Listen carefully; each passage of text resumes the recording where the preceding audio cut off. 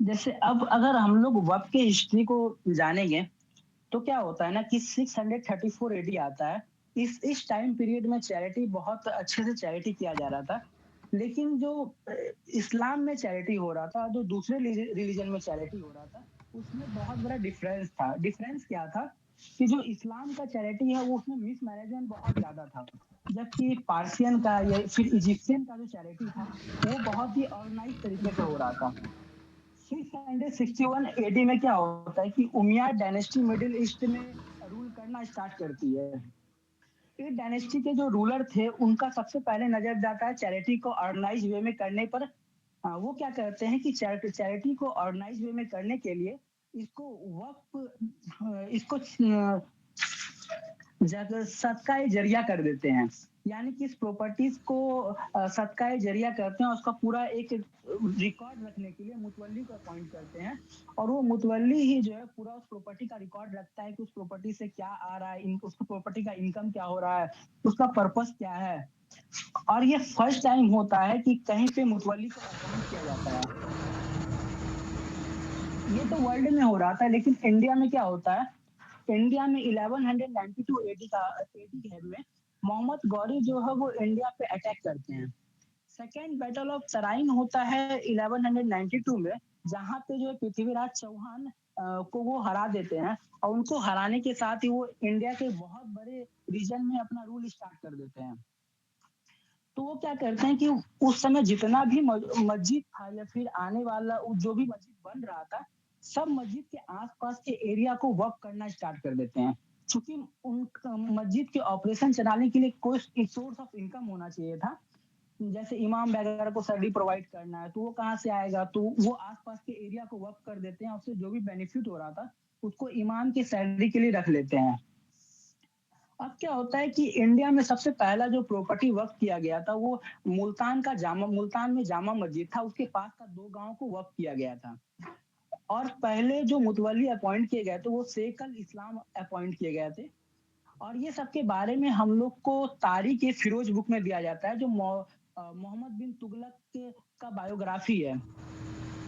अब क्या होता है, ऐसा नहीं है कि उस समय जो है सिर्फ़ मुस्लिम रूलर ही वक़्फ़ कर रहे थे, बल्कि कई सारे हिंदू रूलर भी सोशल हार्मनी को मेंटेन करने के लिए वक़्फ़ बार-बार कर रहे थे। जैसे शिवाजी अच्छा खासा प्रॉपर्टी को वक़्फ़ करते हैं। फिर बाद में महाराणा प्रताप प्रॉपर्टी को वक़्फ़ करते हैं। 1810 में क्या, उसके बाद 1600 में ईस्ट इंडिया कंपनी भारत आती है। ईस्ट इंडिया कंपनी पहले तो 1764 में वो बैटल ऑफ बक्सर जीत जाती है। बक्सर जीतने के बाद जैसे वो बक्सर जीतती है, उनका नज़र पड़ता है कि इंडिया में बहुत सारा रिलीजियस एक्टिविटी हो रहा था, उससे बहुत सारा इनकम जनरेट हो सकता था। तो वो लोग 1810 में क्या करते हैं, पपेट खड़ा करते हैं अपना, और पपेट खड़ा करके बोलते हैं कि ये बग का बहुत ज़्यादा कंप्लेन आ रहा है, इसको कंट्रोल करना बहुत ज़रूरी है। और इस तरह से वो लैंड एक्ट लाते हैं और उसमें वक्फ प्रॉपर्टी को भी इंक्लूड कर देते हैं। ये जो लैंड एक्ट आया था, ये लैंड एक्ट में था कि आप हर प्रॉपर्टी से टैक्स वसूलोगे, और उसमें वक्फ भी शामिल था, तो वक्फ से फर्स्ट टाइम टैक्स वसूलना स्टार्ट होता है। 8082 में क्या होता है कि ट्रांसफर ऑफ प्रॉपर्टी एक्ट आता है, इसका सेक्शन 14 है। सेक्शन 14 में कहता है कि कोई भी प्रॉपर्टी सेल, बाय या फिर ट्रांसफर किया जाएगा, तो अंग्रेजों का जो बनाया गया लीगल प्रोसेस है, उसी को फॉलो किया जाएगा। अब फिर इससे भी कॉन्फ्लिक्ट स्टार्ट होता है। इसके बाद ब्रिटिशर करते हैं, 1894 का ईयर आता है। 1894 में लैंड एक्विजिशंस एक्ट आता है। इसमें ये होता है कि अगर सरकार को कोई भी पब्लिक के वेलफेयर के लिए अगर सरकार को कुछ भी बनाना हो, तो वो गवर्नमेंट जो है उस प्रॉपर्टीज को अपने अंडर ले सकती है, और उसके बदले वो दूसरे पार्टी को कंपनसेशन प्रोवाइड करेगी। और सरकार इस तरह से बहुत सारा प्रॉपर्टीज अपने पास रख लेती है। अब क्या आता है कि अंग्रेज जैसे ही लैंड एक्विजिशन एक्ट के अकॉर्डिंग जो है कई सारे प्रॉपर्टीज को अपने पास रख लेती है, तो वो मुस्लिम को कंपनसेशन ऑफर करती है। जबकि मुस्लिम में रूल क्या था कि आप ना तो प्रॉपर्टी को वक़्फ़ को ट्रांसफर कर सकते हो, ना तो सेल कर सकते हो, ना तो बाय कर सकते हो, तो आप कंपनसेशन कैसे लोगे? फिर आता है 1923 का ईयर। 1923 में क्या होता है कि मुस्लिम लीग ब्रिटिशर को कन्विंस कर लेती है कि आप वक़्फ़ को लीगली एक्सेप्ट कर लीजिए। और इसमें जो है ब्रिटिशर्स का भी पॉलिटिक्स ये होता है कि उसको वो चेक एंड बैलेंस की तरह यूज कर रहा था मुस्लिम लीग को, क्योंकि इंडिया के बहुत सारे फ्रीडम मूवमेंट चल रहा था उस समय में।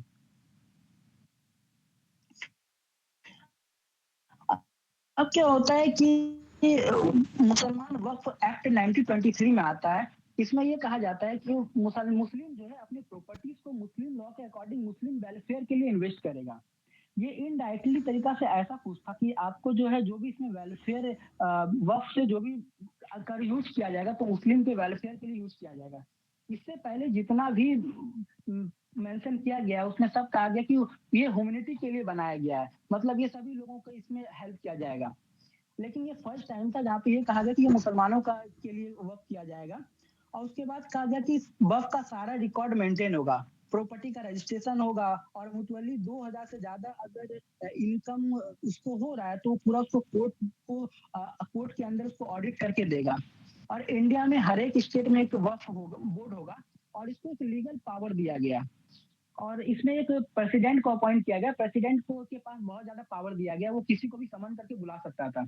अगर किसी के बंदे के पास प्रॉपर्टी है और वो प्रॉपर्टी जो है वो क्लेम कर रहा है कि मेरा प्रॉपर्टी है, जबकि वक्फ बोर्ड कह रही है कि वो प्रॉपर्टी मेरा है, तो वो जो वक्फ बोर्ड का प्रेसिडेंट वो उस बंदे को समन कर सकता है, उसको बुला सकता है कि प्रॉपर्टी तुम्हारा कैसे होगा। फिर इसमें लाया गया कि प्राइवेट वक्फ बोर्ड को जो है उसका जो भी रेवेन्यू आ रहा है उसका 2.5% जो है वक्फ बोर्ड को डोनेट करना होगा। और फिर इसमें है कि वक्फ बोर्ड अपनी प्रॉपर्टी जो है किसी को भी लीज पर दे सकता है, इसके लिए उसको गवर्नमेंट के परमिशन की का कोई नीड नहीं है। और अगर किसी भी प्रॉपर्टीज के वक्फ बोर्ड का अगर किसी प्रॉपर्टीज पर कब्जा किया गया है तो पुलिस और वक्फ बोर्ड दोनों मिलकर उस प्रॉपर्टीज से कब्जा 45 दिन के अंदर हटाएगी। इसको और एक्सपेंड किया जाता है, हर एक डिस्ट्रिक्ट में एक वक्फ बोर्ड का एक कमिश्नर बैठेगा, जो आप क्या उसको कह सकते हैं हम लोग डिस्ट्रिक्ट प्रेसिडेंट। 1947 में इंडिया इंडिपेंडेंस मिलता है, इंडिया पाकिस्तान आजाद होता है, तो अब क्या होता है कि इंडिया में बहुत सारे मुस्लिम थे पाकिस्तान मूव करते हैं, और पाकिस्तान से बहुत सारे नॉन मुस्लिम जो इंडिया की ओर मूव करते हैं। से जो पाकिस्तान की ओर लोग गए हुए थे, तो वो लोग क्या करते हैं कि पाकिस्तान का जो गवर्नमेंट होता है वो लोग को उसका प्रॉपर्टी दे देता है। बट इंडिया में क्या हो रहा था कि इंडिया में जो नॉन मुस्लिम लोग आए थे तो वहां पे गवर्नमेंट उसको प्रॉपर्टी नहीं दे पा रही थी, रहने का जगह नहीं दे पा रही थी।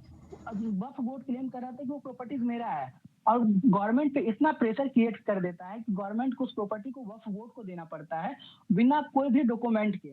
और इस प्रॉपर्टीज को हम लोग कहते हैं इवेक्यू प्रॉपर्टी। फिर 21 में 1954 को वक्फ एक्ट आता है। वक्फ एक्ट आता है, इसमें कहा गया कि इसको लगभग सारे भारत में इम्प्लीमेंट किया जाएगा। लगभग का वर्ड का यूज इसलिए किया गया है क्योंकि हरियाणा, पंजाब और फिर जम्मू कश्मीर का कुछ पार्ट में इसको इम्प्लीमेंट नहीं किया गया था। और इसमें कहा गया कि इसमें हर एक स्टेट का 2/3 मेंबर जो है, अब कोई भी चीज अगर अप्रूव कर देगा उस प्रॉपर्टी से रिलेटेड तो उस प्रॉपर्टी को लीज या फिर मॉर्गेज किया जा सकता था। फिर इसी में 3L1 को जोड़ा जाता है। 3L1 क्या होता है कि अगर कोई भी प्रॉपर्टीज जो है उसमें लंबे समय से इस्लामिक रिचुअल को फॉलो किया जा रहा है, मतलब नमाज वगैरह पढ़ा जा रहा है, तो वो प्रॉपर्टीज जो है वो वक्फ बाय यूजर हो जाएगा, मतलब वो प्रॉपर्टी वक्फ का हो जाएगा। और उसका जो ऑनर होगा वो ऑनर को उससे अगर कोई उस प्रॉपर्टी से कोई भी प्रॉब्लम नहीं हो तो प्रॉपर्टी सारा वक्फ का हो जाएगा। एक बार अगर कोई भी प्रॉपर्टी वक्फ का हो जाता है तो फिर वापस वो कभी भी प्रॉपर्टी वापस आ नहीं सकता है। और गवर्नमेंट क्या करती है, गवर्नमेंट इसमें इस प्रॉपर्टीज को मैनेज करने के लिए जो है एक सर्वे कमिश्नर का पोस्ट बनाती है। ये कमिश्नर के हाथ में पूरा जो है प्रॉपर्टी से रिलेटेड सारा चीज को देखने का होगा, जैसे उसका वो प्रॉपर्टी को वक्त कौन कर रहा है, उसका लोकेशन क्या है, उसका साइज क्या है, वो सारा रिपोर्ट वो भेजेगा गवर्नमेंट को, और फिर गवर्नमेंट जो है वो रिलेटेड स्टेट वक्फ बोर्ड को वो सारा इंफॉर्मेशन भेजेगी। और इस तरह से जो है स्टेट रिलेटेड बोर्ड जो है अब उसमें हाँ एग्री करेगा तो फिर गैजेट निकलेगा और वो प्रॉपर्टी वक्फ बोर्ड का हो जाएगा। इसमें कहा गया कि वो जो सर्वे कमिश्नर का जो पोस्ट है ना, वो सर्वे सर्वे कमिश्नर अगर एक बार चाह लिया किसी प्रॉपर्टीज को वक्फ का डिक्लेयर कर देना, तो प्रॉपर्टीज के ऑनर को जो है विद इन अ ईयर उसको कोर्ट में जाना होगा। अगर वो 1 साल के अंदर कोर्ट में नहीं जाता है, तो वो प्रॉपर्टी वक्फ का माना जाएगा। अब इंडिया में क्या हो रहा था कि इंडिया में सर्वे उस समय 20 साल पे होता था, और चूंकि अगर 20 साल में सर्वे हुआ, सर्वे होने के बाद आपको 1 साल के अंदर जो उसके जो रियल ऑनर है उसको क्लेम करना होगा। अगर क्लेम नहीं कर पा रहे तो सारा प्रॉपर्टी वक्फ का हो जाएगा। इसमें क्या होता था, बहुत देखा गया कि तमिलनाडु में जैसे एक केस आया था, तमिलनाडु का 2-3 गांव है, वो बस बोला कि वो प्रॉपर्टी मेरा है, और वो जबकि प्रॉपर्टी उस रियल ऑनर तमिलनाडु के जो गांव में लोग रह रहे थे उन लोगों का था। वो लोग जाते हैं रजिस्ट्री ऑफिस अपना प्रॉपर्टी को सेल करने के लिए, उसको पता चलता है कि प्रॉपर्टी वक्त का है। चूंकि अब वो लोग कुछ कर भी नहीं सकते थे, रीजन ये था कि जब सर्वे हो जाता है, आप सर्वे होने के 1 साल के भीतर आपको क्लेम करना होता है।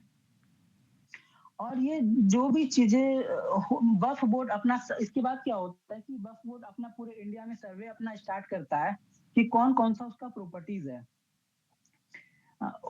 इसमें सेक्शन 8A में क्या होता है कि सेंट्रल वक्फ काउंसिल CWC को बनाया गया, सेंट्रल लेवल पे उसको सेंट्रलाइज करने का प्रयास किया गया। क्योंकि अभी तक क्या हो रहा था, हर एक स्टेट में एक अपना वक्फ बोर्ड था, लेकिन अब उसको रेगुलेट करने के लिए एक सेंट्रल लेवल पे एक कमिटी काउंसिल बनाया गया। और कहा गया अगर कोई भी बंदा अपना प्रॉपर्टी वगैरह सेल करता है तो उसको रजिस्ट्री ऑफिस में जाके दिखाना होगा कि वो प्रॉपर्टीज उसका है, उसमें वक्फ का क्लेम तो नहीं है उस प्रॉपर्टीज में। अब इससे डिस्प्यूट स्टार्ट हो गया फिर से। 1989 में क्या होता है कि यूपी के सीएम एनडी तिवारी होते हैं। एनडी तिवारी के वो क्या करते हैं कि यूपी में बहुत सारा जमीन जो है वो बंजर पड़ा हुआ था, वो सारे बंजर लैंड को जो है वो मस्जिद को डोनेट कर देते हैं। इससे बहुत ज्यादा विवाद होता है।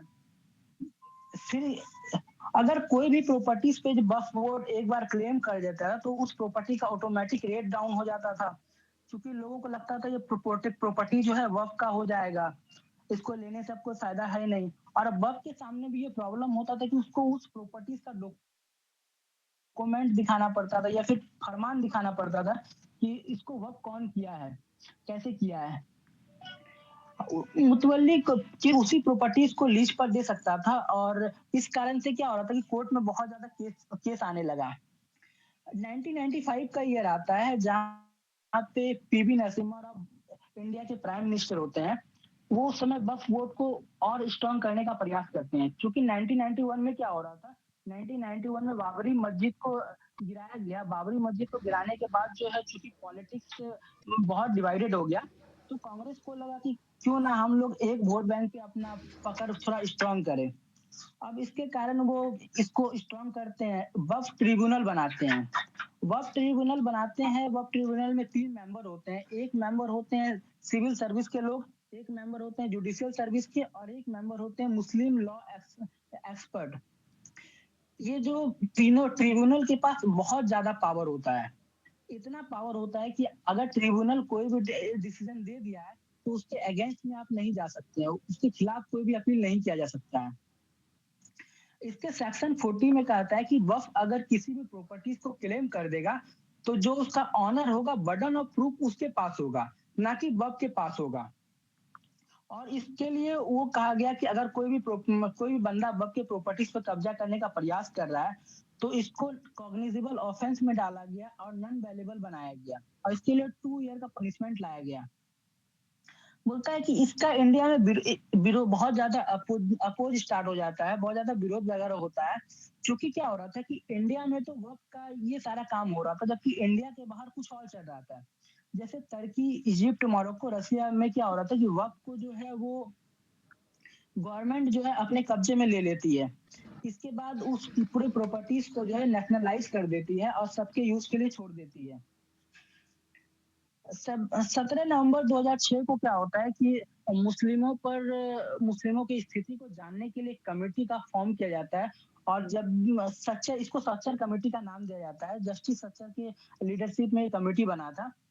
जब भी मुस्लिमों के इकोनॉमिक या फिर किसी भी तरह के चीजों पर बात होगी तो कमेटी का जरूर जिक्र होता है।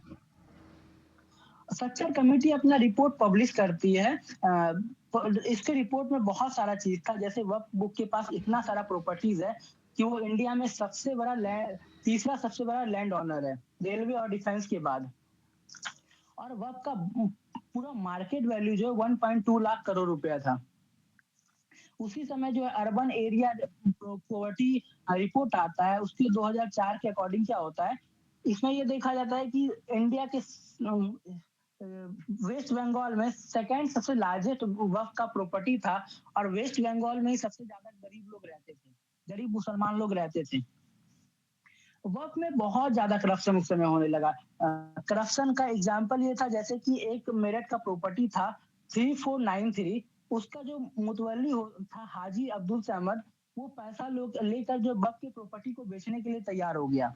या फिर जामा मस्जिद दिल्ली में जो है, उसके आसपास के एरिया में रेंट का उस समय प्राइस होता था 20,000 रुपया अप्रोक्स, जबकि वो उसको 1500 रुपया में लोगों को देना स्टार्ट कर दिया। तो अब इसमें फिर 2013 में अमेंडमेंट आता है। 2013 में सेक्शन 14 को इसमें ऐड किया जाता है, और इसका कहा जाता है कि अगर कोई भी प्रॉपर्टी वक्त को लगता है कि प्रॉपर्टी वक्त का है, तो बोर्ड खुद से इन्वेस्टिगेट करेगा और वो इसका क्लेम करेगा, और फिर वो ट्रिब्यूनल में जाएगा। और वक्त का प्रॉपर्टीज को खरीदना इसमें इम्पॉसिबल कर दिया गया। और उस समय क्या हुआ कि गवर्नमेंट 123 प्रॉपर्टी जो है टोटल वो वक्त को डोनेट कर देती है। अब ये तो हो गया कि वक्त का पूरा हिस्ट्री था, लेकिन इसमें इसमें अब 8 अगस्त 2024 को क्या होता है कि गवर्नमेंट एक वक्फ बिल लेकर आती है। 2024 में विरोध के बाद इसको जेपीसी के पास भेजा जाता है, और फिर 26 जनवरी 2025 को जनवरी में समिति अपना रिपोर्ट रखती है जेपीसी। इसमें कहा जाता है कि 27% लैंड यूपी के पास है, सबसे ज्यादा वक्फ का प्रॉपर्टी, और फिर बंगाल के पास है। और इसमें कुछ कुछ बात को चेंज किया गया, जैसे जैसे वक्त केवल अब वही व्यक्ति कर सकता है जो कम से कम 5 साल तक इस मुस्लिम रिलीजन को प्रैक्टिस किया हो। इसके पहले ऐसा कुछ नहीं था। आप अभी हम मुस्लिम लॉ मतलब इस्लाम में कन्वर्ट कर रहे हैं अपना रिलीजन, तो हम वक्त कर सकते थे। लेकिन अब यहाँ क्या हो रहा है कि यहाँ कम से कम 5 ईयर आपको प्रैक्टिस करना होगा। और ये कि गवर्नमेंट का प्रॉपर्टी को वक्फ नहीं माना जाएगा। पहले वक्फ क्या करती थी, किसी भी गवर्नमेंट प्रॉपर्टी को क्लेम कर देती थी। और उसके बाद क्या बोला गया कि वो जो है वक्फ बाय यूजर के कॉन्सेप्ट को हटा दिया गया। मतलब कोई लोग वक्फ कर रहे हैं किसी भी जगह पे, और अगर ऑनर को उससे प्रॉब्लम नहीं होगा तो प्रॉपर्टी वक्फ का हो जाएगा, तो अब ऐसा कुछ नहीं होगा। और वक्फ और औलाद वाला जो कॉन्सेप्ट उसको भी खत्म कर दिया गया। जैसे वक्फ और औलाद में क्या होता था कि अगर किसी भी एक फैमिली में एक एक अगर बेटा नहीं है, बेटी हो रही है, तो उस बेटी को प्रॉपर्टी नहीं जाता, तो वो प्रॉपर्टी वक्फ के पास चला जाता था। लेकिन अब इसमें कहा गया कि नहीं, अगर बेटी है तो बेटी को भी इसमें हिस्सा देना पड़ेगा। फिर जो वक्फ सर्वे कमीशन के पोस्ट को हटा दिया गया। पहले वक्फ सर्वे कमीशन होता था, अब वक्फ सर्वे कमीशन के पोस्ट को चेंज कर दिया गया, और उसकी जगह पे डीएम को अथॉरिटी दे दिया गया कि आप जाइए और फिर प्रॉपर्टी का सर्वे वगैरह करिए, और आपका डिसीजन फाइनल होगा। सेंट्रल वक्फ काउंसिल में अब कुछ नॉन मुस्लिम के प्रेजेंटेशंस को मैंडेटरी कर दिया गया था। जैसे वक्फ काउंसिल में टोटल उस समय वक्फ काउंसिल में टोटल 22 मेंबर होते हैं, और उसमें से 12 मेंबर जो है अब नॉन मुस्लिम हो सकते हैं, यानी मेजोरिटी जो है नॉन मुस्लिम हो सकता है। और दूसरा कि स्टेट वक्फ काउंसिल में जो है कम से कम 2 नॉन मुस्लिम होंगे, और इसमें से भी 2 मेंबर वैसे होंगे जो विमेन है। और सुन्नी शिया के साथ जो है अलग अलग मुस्लिमों समुदाय को भी अपना अलग अलग वक्फ हो सकता है। और वक्फ ट्रिब्यूनल में भी मुस्लिम लॉ एक्सपर्ट को हटा दिया गया। पहले जो एक सिविल सर्विस से आते थे, एक जुडिशरी से आते थे, और तीसरे जो मुस्लिम लॉ एक्सपर्ट होते थे, तो मुस्लिम लॉ एक्सपर्ट को हटा दिया गया, और इसके जगह पे जो स्टेट का ज्वाइंट सेक्रेटरी को रखा गया। और कहा गया कि जो ट्रिब्यूनल का डिसीजन होगा, वो डिसीजन पूरा फाइनल नहीं होगा, उसको 90 दिन के भीतर हाई कोर्ट में इसका अपील किया जा सकता है।